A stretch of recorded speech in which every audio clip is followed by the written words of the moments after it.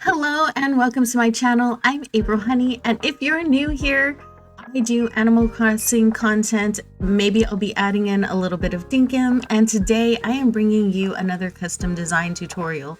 This one is going to be a little bit different, my friends. We're going to be going over the number one thing that I get told is the leading cause of problems for people trying to make custom designs, and that is the color palette. So let's get started. So we're going to start with our top row, and she is our hue. This hue basically is a big color wheel, and from left to right, you're going to go from the warms to the cools. The coolers are going to be on the right hand side, and the warms are going to be on the left hand side, and you're going to have to choose which color you want on your photo. I suggest you play around with these, and then once you set your vividness and your brightness, maybe hue shift a little bit just to see the differences between the hues and how they show up for you. You might start off with one color and then decide, you know what, I think it's going to look better in another color. I've done that frequently. I do that often in the middle of custom designs. So just pick your hue and kind of roll with it for the beginning, but know that these are not completely static and everything can be changed as time goes. The second row is your vividness. That is going to tell you how much pigment goes into your color. So it's going to tell you the saturation. It's going to make a difference of that red all the way to the edge being an actual red or being a soft pink.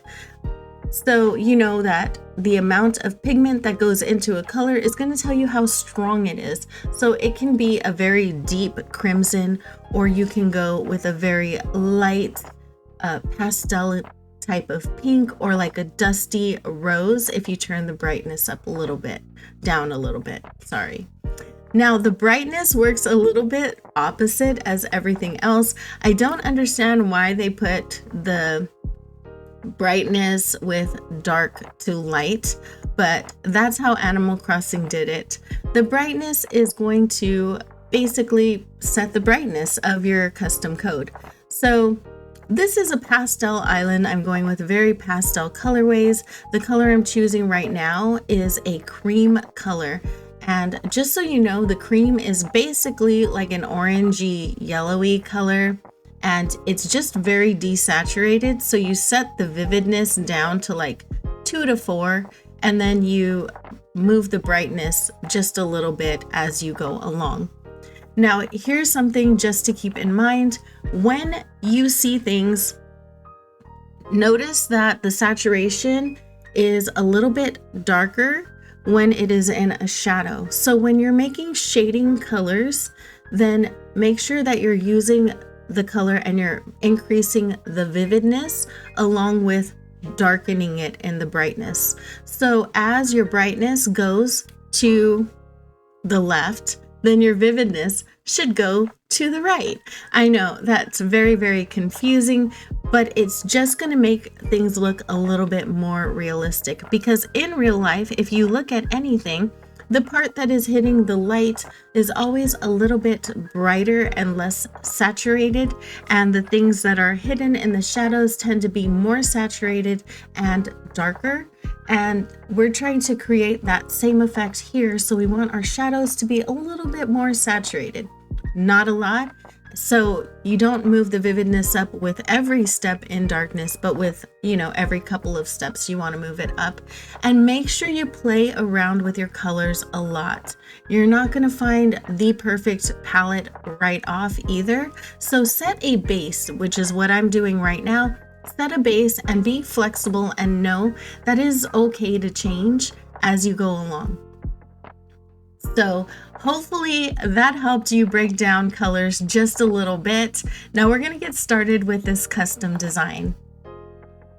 So I thought it would be fun to make a cute little one tile rug with a little ruffle around it to kind of showcase how these color changes and shading and highlights work in action. I always offer the pixels on my Discord, so if you guys ever want to copy a 1x1, then feel free to go and take those from there. and play with them. You can actually making copies of other people's designs will help you be able to create your own designs, because over time repetition is basically going to show you exactly how things are used and how creators use the colors and the shadings and all of the things, and it's going to help you actually build your own repertoire of things, and then you can actually customize, make your own style, and change things up quite a lot just by learning from other people in that way. I highly encourage just copying a few designs and then starting to tweak them a little bit to make them your own, and then over time you're gonna see that you're instinctually gonna know what to do, and the next thing you know, you're gonna be a pro and you're not even gonna need me anymore. Hopefully you'll stick around just for fun anyway though. In the center of this rug, I'm just using a very basic flower custom design. It's actually a copy of a flower that I made in the past, and I'm just kind of customizing it to fit into this circle, if you will. I ended up not liking the pink so much, or not wanting to design in the pink. I do make one in this pink at the very end, but to design, I just really wanted a different color. So I'm going to look at this purple, and all I did was shift the colors around a little bit. I very much encourage you guys to do a lot of color shifting and hue shifting while you're working. The very cool purple with the creamy warm tones just looks really aesthetically pleasing to me. So we're going to be working on this ruffle. And the thing I want you to imagine is where the dips are in, those are shadow points, right? So they're further away from the sun, or further away from your light source. So we're blocking those in with the darkest hue.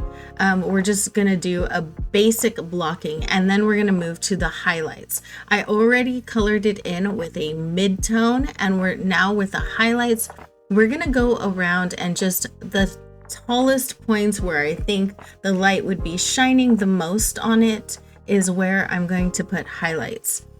So those are going to be the longer pieces, right? Because they're folded out and they're curved upwards towards the sun, where the bottom of the ruffle where the shadow is going to be curved downwards. So imagine a little like a sham, a little pillow with a ruffle, or like a little doily with a ruffle around it. And that's what you're going to be picturing or envisioning when you're making this. So I want you to just see that and kind of try to emulate the light, the way it would hit something that's a ruffle, and have fun with it, because make sure you know it's not going to be, it can't be perfect.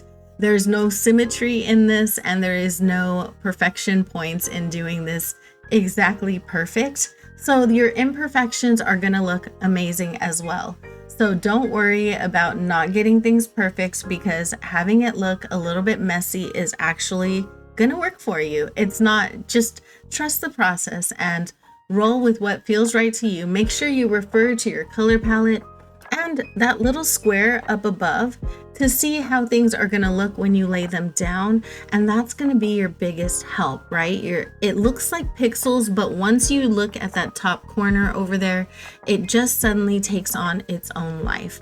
And then around the centerpiece, I'm going to put a little shadow around the bottom right, which is always where my shadow place is, because my light source is always on the top left when I'm making custom designs. It's just a consistency I like to have with all of my custom codes. It just helps me to make them all cohesive, and you can choose whatever light source direction that you feel comfortable with, but mine is generally top left. Now we are going to go and change the colors of all of these. I'm going to make one in every color because you guys know I like to save for future April so that I don't have to download, or I don't have to remake the same code over and over again. Sometimes I want to reach back to the past and grab a custom design, and I've been in a situation where I didn't make the right color and I've had to remake it. That makes me a little sad. So I make sure that I make several different variations of every custom code that I make so that I can look forward to it in the future. This is a good way for you guys to play with color. So you can just shift the hue over and then just make very tiny minor adjustments to enhance your picture.